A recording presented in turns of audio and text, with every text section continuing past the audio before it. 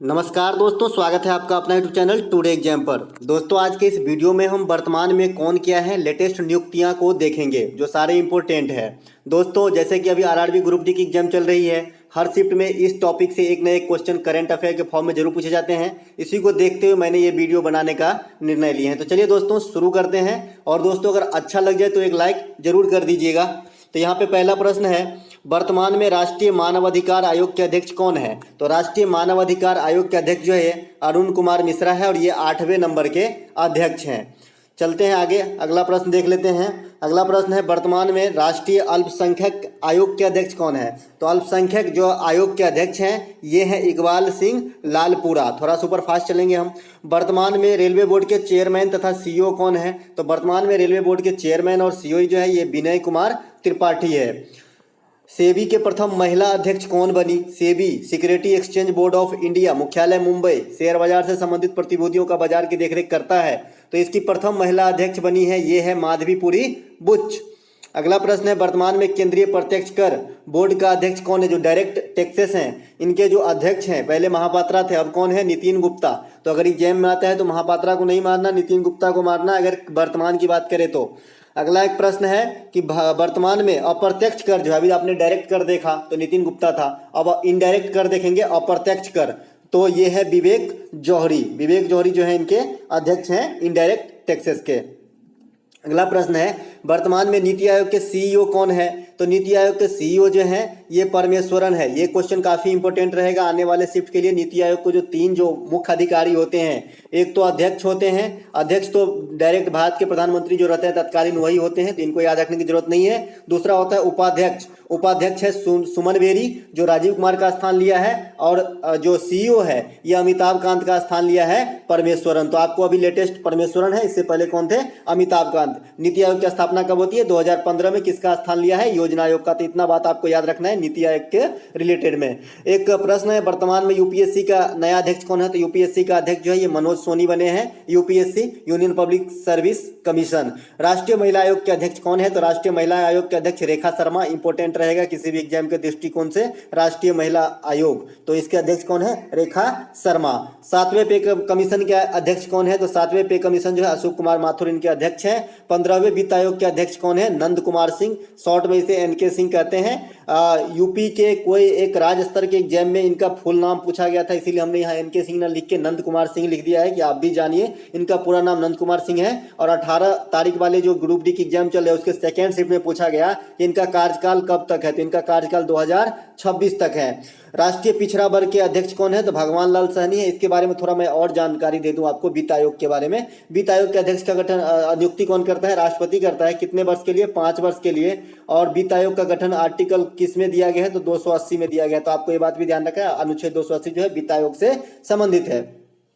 अब चलते हैं आगे। राष्ट्रीय पिछड़ा वर्ग आयोग के अध्यक्ष कौन है? तो भगवान लाल सहनी। दोस्तों, पिछड़ा वर्ग मतलब ओबीसी, अदर बैकवर्ड कास्ट। मैं भी बिहार से हूँ, बिहार में चलते हैं ओबीसी। और ये जो सहनी जाति है ये मछुआरा जाति होते हैं, तो ये भी ओबीसी के अंतर्गत आते हैं।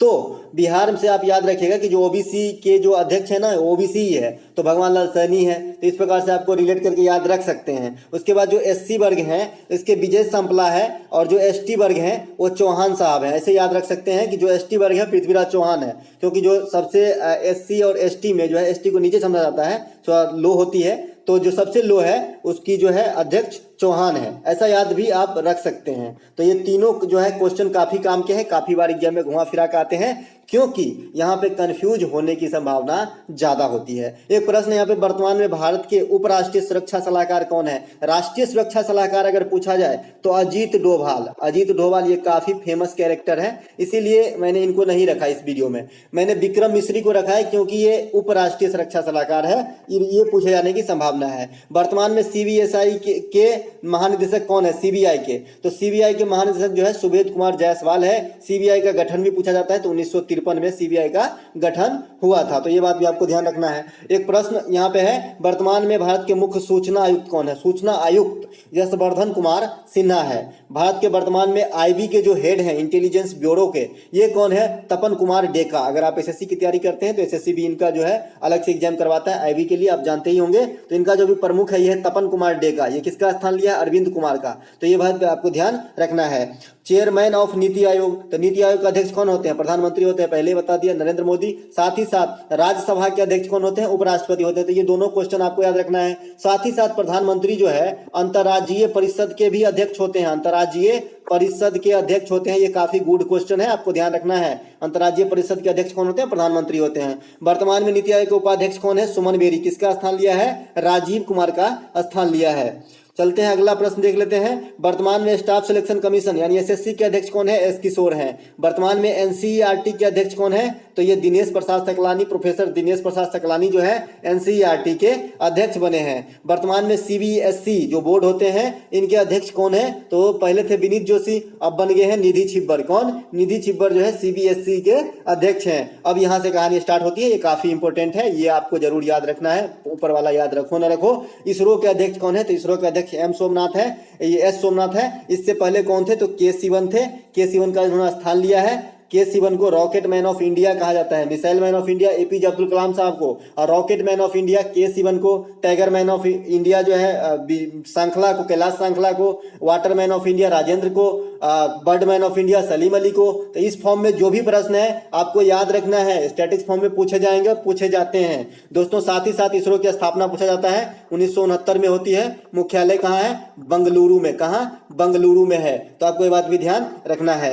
वर्तमान में परमाणु ऊर्जा आयोग के अध्यक्ष कौन है? तो एईसी के जो अध्यक्ष हैं, परमाणु ऊर्जा आयोग के अध्यक्ष, ये कमलेश नीलकंठ व्यास है, केएन व्यास है। और केएन व्यास पहले बार्क के अध्यक्ष थे, लेकिन बार्क में जब अजीत कुमार मोहंती को पोस्टिंग हो जाता है तो उसके बाद जो ये आ जाते हैं किसमें? परमाणु ऊर्जा आयोग में। तो परमाणु ऊर्जा आयोग के अध्यक्ष कौन है? केएन व्यास, कमलेश नीलकंठ व्यास। और जो BARC Bhabha atomic research centre जिसका मुख्यालय क्या है? मुंबई में, इसके प्रमुख कौन है? अजीत कुमार मोहंती। तो आपको ध्यान रखना है। चलते हैं आगे।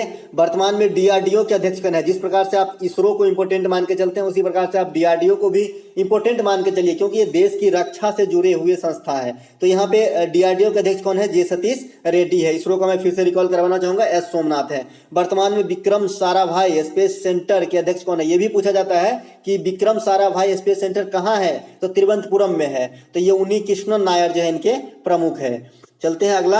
अब यहाँ से ये मैं इसलिए स्लाइड रखा हूँ कि आपको जो है महारत्न कंपनी के बारे में थोड़ी सी जानकारी हो कि कौन सी कंपनी महारत्न है, क्योंकि ये गिने चुने हैं 11 कंपनी ही है वर्तमान में भारत के अंदर महारत्न कंपनी, और एग्जाम में आ जाते हैं कि निम्न में से कौन सा एक कंपनी महारत्न कंपनी नहीं है या महारत्न कंपनी है। तो आपको जानकारी रहेगी तभी आप कर पाओगे। तो याद रखने की तरीका है, जो सेल भेल गेल है आपको एक जगह याद रखना है। जैसे आप लिख लीजिए सेल भेल गेल, एक जैसे लगता है सुनने में, लास्ट में ल है, तो इसको एक साथ याद रखेंगे। उसके बाद जो घर में यूज करते हैं एचपीसीएल बीपीसीएल करते हैं ना, BPCL HPCL, Hindustan petroleum gas, Bharat petroleum gas, Bharat gas use करते होंगे या हिंदुस्तान पेट्रोलियम गैस यूज करते हैं। इंडियन भी करते हो तो भी कहाँ से आता है? इंडियन कोई अपना थोड़ी है, एचपीसीएल का या बीपीसीएल का ही होगा।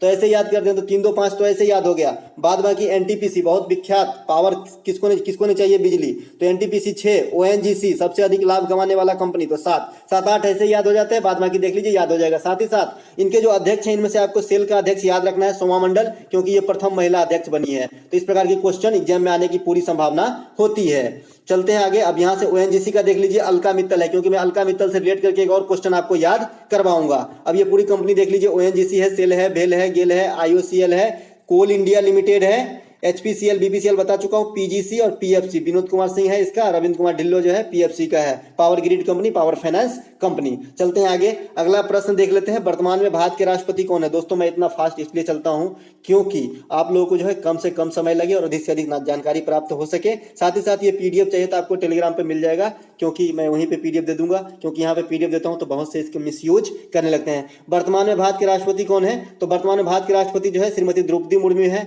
ये भारत के 15वें नंबर की राष्ट्रपति। आपसे ये कभी एग्जाम में नहीं पूछा जाएगा कि वर्तमान में भारत के राष्ट्रपति कौन है।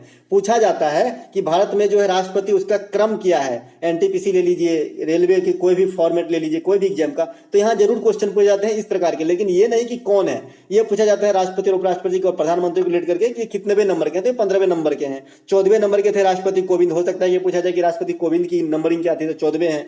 द्रौपदी मुर्मू जो है भारत की प्रथम आदिवासी महिला राष्ट्रपति है। इससे पहले एक महिला राष्ट्रपति रह चुकी है, प्रतिभा देवी पाटिल सिंह, 2007 से 2012 के बीच में। चलते हैं आगे।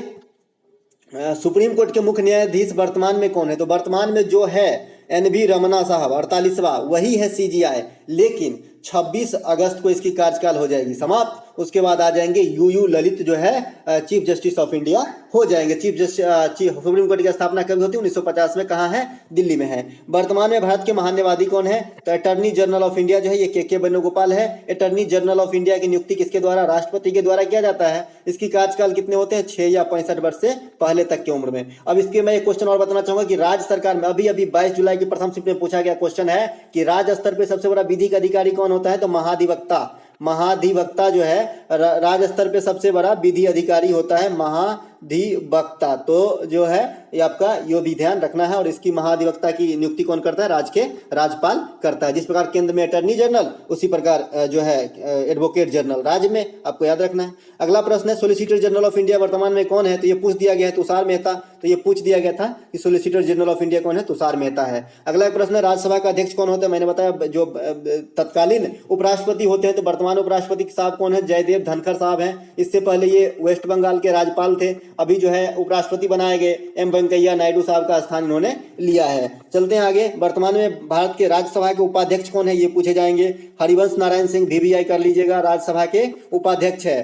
साथ ही साथ उपाध्यक्ष राज्यसभा से और नीति आयोग से उपाध्यक्ष ही पूछे जाते हैं। उसके बाद वर्तमान में राज्यसभा के महासचिव कौन है? PC मोदी, प्रमोद चंद्र मोदी जो है राज्यसभा के महासचिव है। राज्यसभा में विपक्ष के नेता कौन है? तो कांग्रेस के मल्लिकार्जुन खड़गे जो है राज्यसभा में विपक्ष के नेता हैं। चलते हैं आगे। राज्यसभा में सत्ता पक्ष के नेता कौन है? तो पीयूष गोयल है। उसके बाद लोक लेखा समिति के अध्यक्ष पूछे जाते हैं, क्योंकि लोक लेखा समिति के अध्यक्ष जो है विपक्ष के नेता होते हैं। जैसा कि आप जानते हैं स्टैटिक्स फॉर्म में क्वेश्चन आता है कि लोक लेखा समिति के अध्यक्ष कौन होते हैं? तो विपक्ष का नेता होता है। वर्तमान समय में भारत के 17वीं लोकसभा के अध्यक्ष कौन है? तो ओम बिरला साहब जो है 17वीं लोकसभा के अध्यक्ष हैं। वर्तमान में भारत के मुख्य चुनाव आयुक्त कौन है? काफी इंपोर्टेंट क्वेश्चन। तो राजीव कुमार जो है मुख्य चुनाव आयुक्त हैं। ये किसका जगह लिए है? सुशील चंद्रा साहब का जगह लिए हैं। और इसके क्रम क्या होंगे? तो ये 25वें मुख्य चुनाव आयुक्त होंगे। प्रथम मुख्य चुनाव आयुक्त कौन थे? सुकुमार सिंह जो है प्रथम मुख्य चुनाव आयुक्त भारत के थे। अन्य 2 इलेक्शन कमिश्नर कौन है? अनूप चंद्र पांडे हैं और राजीव कुमार है। तो राजीव कुमार के काफी नाम है दोस्तों कि राजीव कुमार जो है चीफ इलेक्शन कमिश्नर भी है और इलेक्शन कमिश्नर भी है। तो ध्यान देना है, 2 अलग अलग पर्सन के सेम ही नाम है। चलते हैं आगे। वर्तमान में भारत के controller and auditor general CAG कौन है? तो ये गिरीश चंद्र मुर्मू है। ये आपको 17 तारीख वाले एग्जाम में पूछा गया था। उसके बाद वर्तमान में CGA कौन है जो दीपक दास का स्थान लेते हैं? सोनाली सिन्हा है। CGA और CAG में काफी फर्क है, ध्यान रखिएगा। CAG है मुर्मू, CGA है सोनाली सिन्हा। वर्तमान में भारत के वायुसेना के प्रमुख कौन है? BR चौधरी। तीनों को आपको याद रखना है। वायुसेना के प्रमुख BR चौधरी, नेवी के R हरि कुमार। उसके बाद हम चलते हैं आगे। और जो आर्मी स्टाफ है उसका चीफ जो है पहले नरवणे साहब हुआ करते थे, लेकिन नरवणे साहब के लिए एक अलग से पोस्ट क्रिएट किए गए हैं। जैसे प्रथम CDS का पोस्ट थे विपिन रावत साहब के पास, इनके जो है दिवंगत होने के बाद जो है CDS पोस्ट को COSAS पोस्ट में यानी चीफ ऑफ स्टाफ कमेटी बना दिया गया है। तो इस पोस्ट के जो हेड हैं ये है नरवणे साहब, और जो पहले उप प्रमुख थे मनोज पांडे, इनको जो है चीफ ऑफ आर्मी स्टाफ बना दिया गया है। तो आपको इतना ध्यान रखना है, सब बात कड़ी बना के ध्यान रखना है।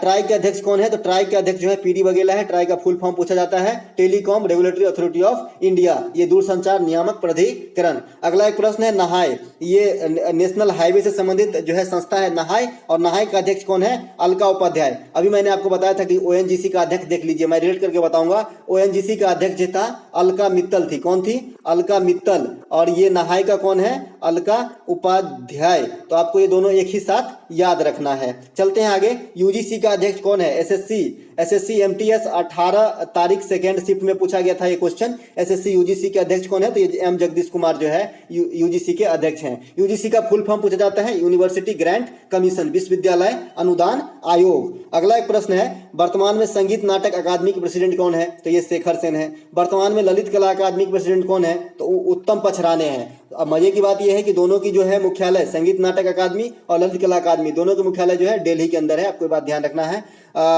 अगला एक प्रश्न है, वर्तमान में प्रसार भारती के अध्यक्ष कौन है? तो प्रसार भारती के अगर दोस्तों आपको प्रमुख पूछा जाता है, अध्यक्ष अगर पूछा जाए तो मृणाल पांडे हो जाएगा। कौन? मृणाल पांडे जो है ये प्रसार भारती के अध्यक्ष है। अगर मतलब ओवरऑल हेड पूछा जाए, चेयरमैन वगैरह पूछा जाए, चेयरपर्सन, तो ये सूर्य प्रकाश हो जाएगा, क्योंकि पहले सूर्य प्रकाश अध्यक्ष थे, बाद में इसको जो है पोस्ट विस्तृत कर दिया गया, इसका जो है प्रमोशन हो गया है। ये सूर्य प्रकाश जो है हेड हो गया है प्रसार भारती का। दोस्तों इस वीडियो में इतना ही।